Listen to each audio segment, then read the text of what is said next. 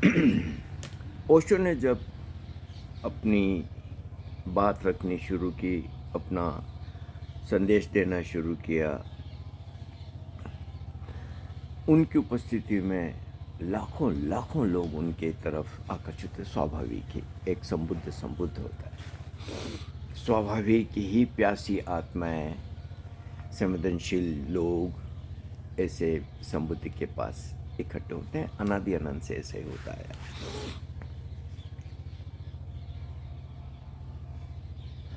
बहुत लोगों को ओशो से बहुत आनंद मिला, बहुत प्रेम मिला, ध्यान मिला, जीवन के बड़े सुख मिले।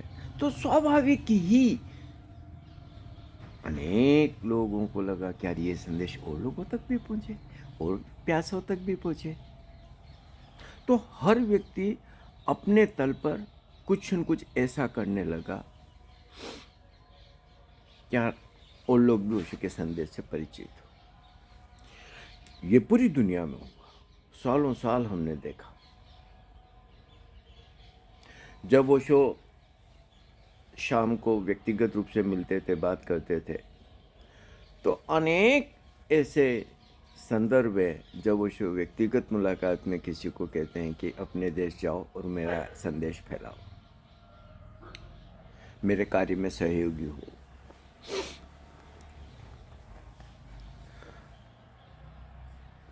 अब ओशो जहाँ भी रहे, लोग उन्हीं के आसपास इकट्ठे होने लगे। पूना में रहे तो पूना में भी काफ़ी हमने देखा कि दुनिया भर से लोग आते थे। तमाम विपरीत परिस्थितियों में भी पूना में रहते थे ताकि ओशो का सत्संग, ओशो का सानिध्य उन्हें मिल सके। रजनीशपुरम बनाया, इतनी बड़ी जगह बना दी, दुनिया भर के लोग वहाँ भी इकट्ठे होने लगे। तो ये मनुष्य के, एक भले व्यक्ति के, एक संवेदनशील व्यक्ति के, एक प्रेम से भरे व्यक्ति की स्वाभाविक सी प्रतिक्रिया होती है कि और लोग भी इस सुख के सहभागी हों। लेकिन जो वासनाग्रस्त है, जो अहंकारी है, जो शक्ति का प्यासा है, जो सेक्स से ग्रसित है, वो कुंठित होता है। वो मालकियत चाहता है हर चीज में, वो कोई प्रतियोगिता नहीं चाहता। ओशो के पास भी कभी दुर्भाग्य से ऐसा कोई व्यक्ति पहुंच गया तो उसने हर कोशिश की कि उसके आसपास कोई नहीं रह पाए, वो अकेली रह पाए। लेकिन ओशो के आसपास बहुत प्यार से भरे हुए लोग भी रहे जिन्हें सभी को अपने आगोश में समेटा। 10, 20, 100 जितने आ जाए। ऐसे ही ओशो के कार्य में दो तरह के लोगों को देख सकते हैं। लेकिन जब तक ओशो देह में रहे, चाहे उनके आसपास निजी उनके जीवन क्षेत्र में या जहाँ वो रहते थे, जैसे आश्रम के लोग, कम्यून के लोग, जो भी कुछ, वहाँ संवेदनशील लोग, प्यासे लोग, ध्यान के लिए अपनी ऊर्जा लगाने वाले लोग रह सके। और ये जो राजनीति के लोग हैं, ये जो काम कुंठित लोग हैं, ये जो शक्ति से, कामना से भरे लोग हैं, ये दूर होते जाए, कम होते जाए। और ये जीवन भर ओशो के देह में रहते हमने देखा। आते तो रहे ऐसे लोग, लेकिन वो कभी भी मुख्य धारा के हिस्से नहीं बन पाए, कभी भी। उनका ओशो ने अपने काम के लिए सीधा अनसीधा कुछ उपयोग भी किया होगा, लेकिन ऐसी प्रवृत्ति के लोग ओशो के प्रेमियों को आहत कर सके, यह ओशो के देह में रहते नहीं हो पाया। जीत हमेशा ना ओशो के शिष्यों की हुई, इन काम विकृत राजनीतिक मानसिकताओं की नहीं। और इसीलिए हमने देखा कि पूरी दुनिया में काम फला फूला, जगह जगह केंद्र बने, आश्रम बने, कम्यून बने, लोग मिल मिल के रहने लगे। भारत में भी 400 से ज़्यादा केंद्र हो गए थे, कितने आश्रम बन गए थे, कितनी ही गतिविधियाँ होने लगी थी, कितने साहित्य प्रदर्शनियाँ लगती थी बड़ी बड़ी, कितने ओशो टाइम्स के उत्सव मनाए जाते थे, ध्यान कार्यक्रम होते थे, हर साल सक्रिय ध्यान का कार्यक्रम होता था, कितने केंद्र थे। कैसी न हमने ओशो के आसपास चीजें होते देखी। दुनिया के हर देश में एक प्रेम की ऊर्जा, एक भाईचारे की ऊर्जा, एक स्नेह की ऊर्जा, वो हमने देखी। और जहां ओशो थे, चाहे अमेरिका में चाहे पूना में, लोगों की बाढ़ आ रही थी, क्योंकि उस वक्त ओशो स्वयं थे जो सभी प्रेमियों को अपने आगोश में समेट रहे थे।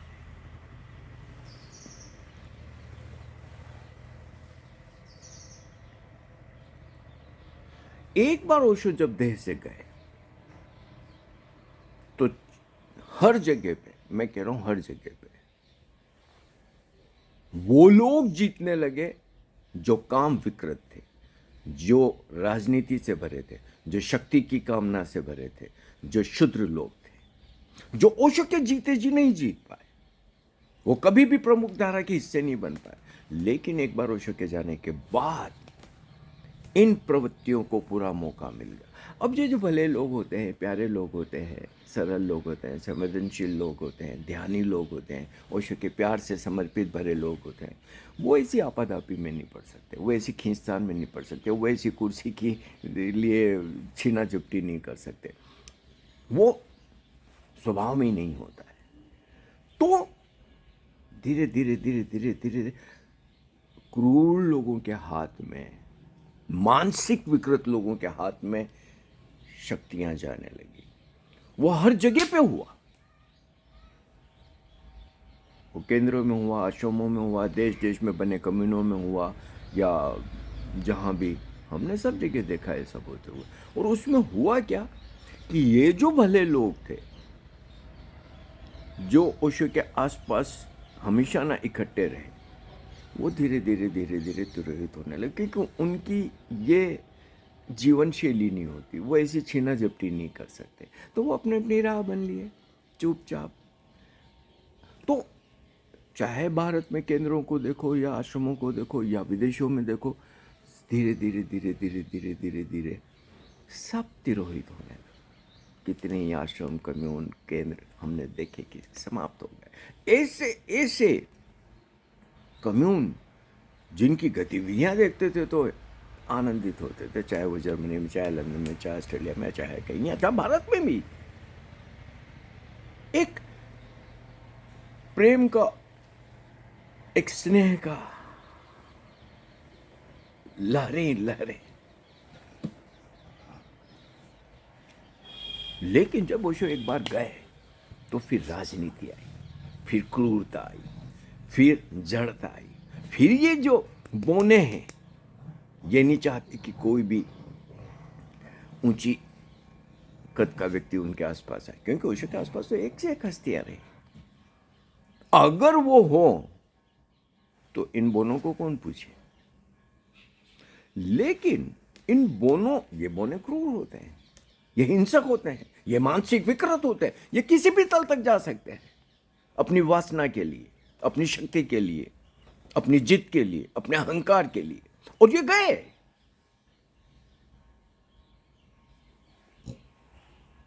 हमने देखा, देखते देखते आज 30-35 साल हुए न भारत में।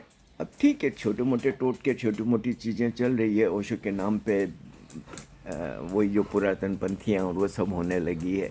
अब वो उसका तो ओशो से क्या संबंध है, ओशो के काम से क्या संबंध है, ओशो के संदेश से क्या संबंध है। वो तो एक संप्रदाय बनाने लग गए ओशो के नाम से भी लोग, तो वो जरूर होने लग गया। लेकिन जो ओशो का काम था वो अब नहीं होता दिखता। और उसके बहुत बड़ा कारण बना ये जो विकृत मस्तिष्क की ऊर्जाएं थी, वो प्रमुख धारा में आ गई। और मैं कभी विस्तार से बता सकता हूं कि ये कैसे हुआ। ओशो के शरीर से जाने के बाद कैसे धीरे धीरे धीरे धीरे हर तल पर क्रूर लोग आते चले गए और भले लोग हाशिए में चले गए। और आज भला आदमी, ओशो का भला शिष्य पूरी तरीके से हाशिए में जा चुका है, पूरी तरीके से हाशिए में जा चुका है। और ये इमेंस नुकसान हुआ ओशो के कार्य का। क्योंकि ये भला व्यक्ति ही तो एक आशा है। ये भला चित्त, स्वस्थ चित्त, ये सकारात्मक व्यक्ति, एक प्रेम से भरा व्यक्ति, एक ओशो के समर्पण से भरा व्यक्ति, यही तो ओशो का संदेश आगे संक्रमित कर सकता है। ये क्रूर लोग करेंगे क्या? ये कामी लोग करेंगे? ये पूजा के भरे हुए लोग करेंगे? ये नकलची, ये ढोंगी, ये देवदत्त, ये जबलाधारी, ये क्या करेंगे? लेकिन अब देखो आप देखो आप, गहन निराशा की बात है कि देखते देखते आज हम ऐसी जगह आ गए हैं जहां ओशो का भला शिष्य पूरी तरीके से हाशिए में जा चुका है।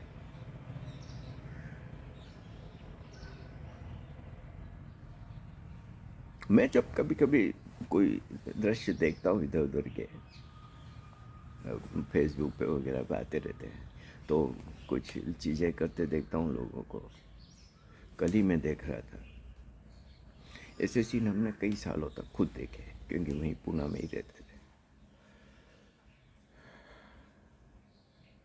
तो ये जो क्रूर चित्त के लोग हैं, उनको कभी ख्याल नहीं आता यार कि इस माहौल में जिन लोगों ने जिंदगियां गुजारी, कभी तो वो भी इस माहौल को याद करते होंगे, उनका मन होता होगा कि उसका हिस्सा बने। मैं एक विदेशी की बात करूंगा जो मेरा मित्र भी था। कुछ साल वो पुणे नहीं आ पा रहा था कोई इस कारण से, तो जहाँ भी वो रहता था समुद्र किनारे शानदार उसका घर था, बगीचे, ये वो, कई तरीके के जानवर। और अब अमीर लोगों की तो ज़िंदगी ऐसी होती है। कभी कभी वीडियो से हमारी बात होती थी तो सब देखता था। तो कभी कभार जब कुछ दिनों के लिए आता तो मुझे आज भी याद है, एक बार हम वाइट रोप के बाद जा रहे थे तो वो मेरे को बोलने लगा कि तुम लोगों को पता ही नहीं कि तुम दुनिया की कितनी खूबसूरत जगह पे रहते हो, मैं नहीं आ पा रहा हूँ यहाँ पे। उसका दुख, कुछ समय नहीं आने का भी दुख उससे था, और उसके बाद से वो सतत वहीं है। क्या ऐसे लोगों को कभी ये नहीं याद आती यार कि जब हम लोग इस जगह पे नहीं थे तो कितनी यातना थी, कितनी पीड़ा थी? और क्या वो लोग जो आज इस जगह पे नहीं है सालों से किन हालातों में जी रहे हैं? और भारत की तो स्थितियां परिस्थितियां देखो जिनसे हम जी रहे हैं, नारकी जीवन है। अरे चलो ठीक है यार, कभी तो एक ऐसे लोगों के हाथ में जब पावर आ जाएगी तो नाश तो होना तय है, इसे रोका नहीं जा सकता। और हुआ। अब ये फोटो है, ऐसी नहीं, ऐसे करो ना वैसे करो, इससे क्या होता है यार?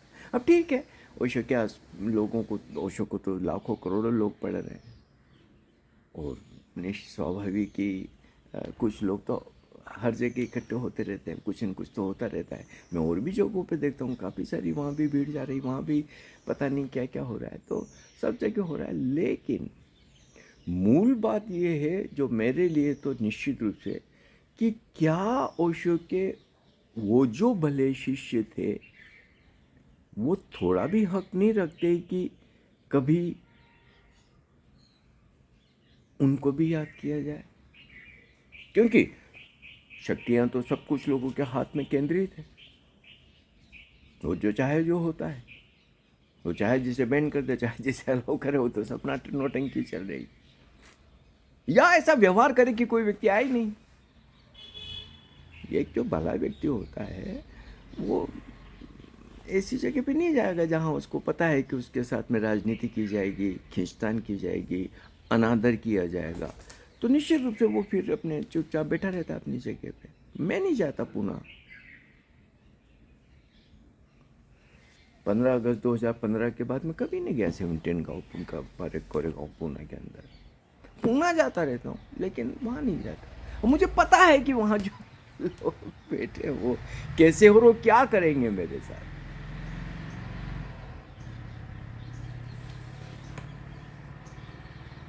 तो और ऐसे ही मेरे जैसे लोग आज अनेकों, में पूरी एक सूची बना सकता हूँ ओशो के प्रेमियों की, ओशो के समर्पित शिष्यों की, जो जीवन भर ओशो के आसपास रहे, जहां भी ओशो गए ओशो के आसपास वो दिखे रहे।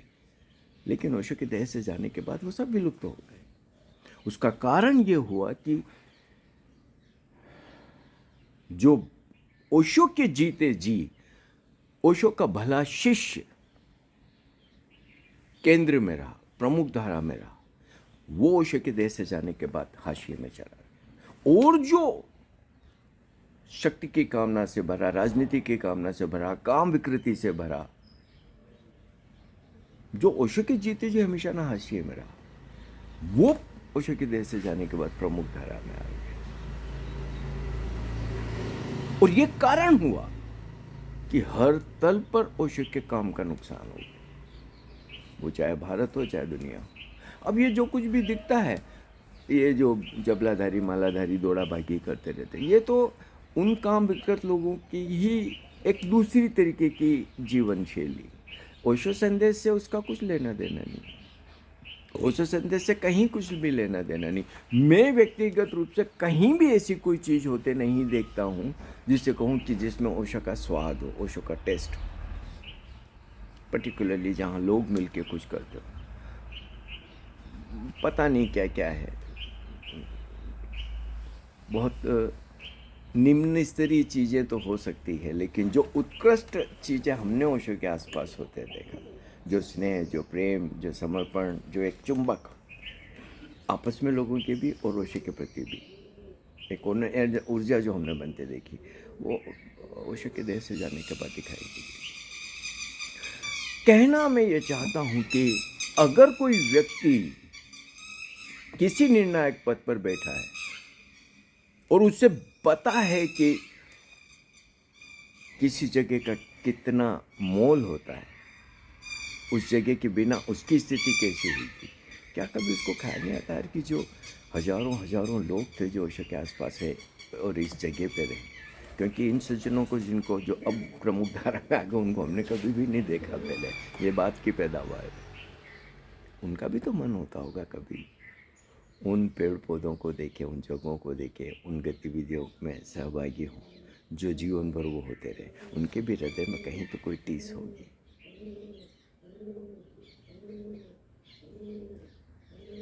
लेकिन क्रूर चित्त, काम विकृत चित्त को इससे क्या लेना देना, इससे कुछ लेना देना नहीं होता। वो अपनी मटर गश्ती में गाफिल रहता है। तो निश्चित रूप से मेरी होती है बातचीत ओशो के ऐसे ही प्यारे लोगों से, चाहे वो भारत के हो चाहे विदेशों के। एक असहाय दशा, एक निरीह दशा, सबकी एक जैसी।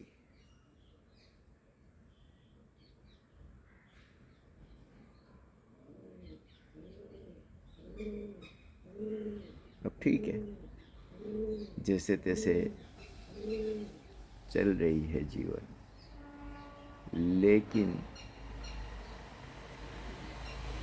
जड़ से उखड़े पौधे कितने दिन जिंदा रहते। धीरे धीरे वो ओशो के भले शिष्यों की पूरा वर्ग दुनिया से विदा हो रहा है, सब कतार में खड़े।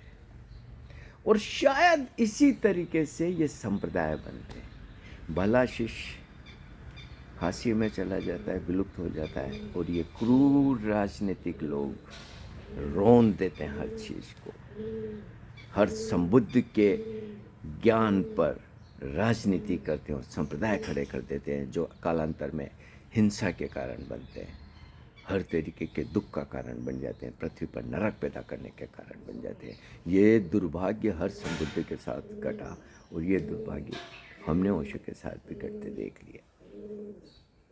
ये हमने दुर्भाग्य ओशो के साथ भी घटते देख लिया।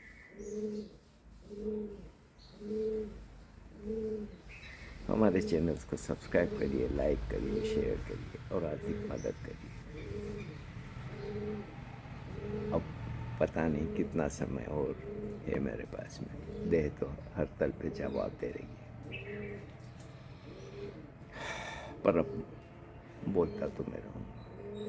कई चीज़ें अब मैं अपनी छाती से वजन उतारना चाहता हूँ, देखते हैं।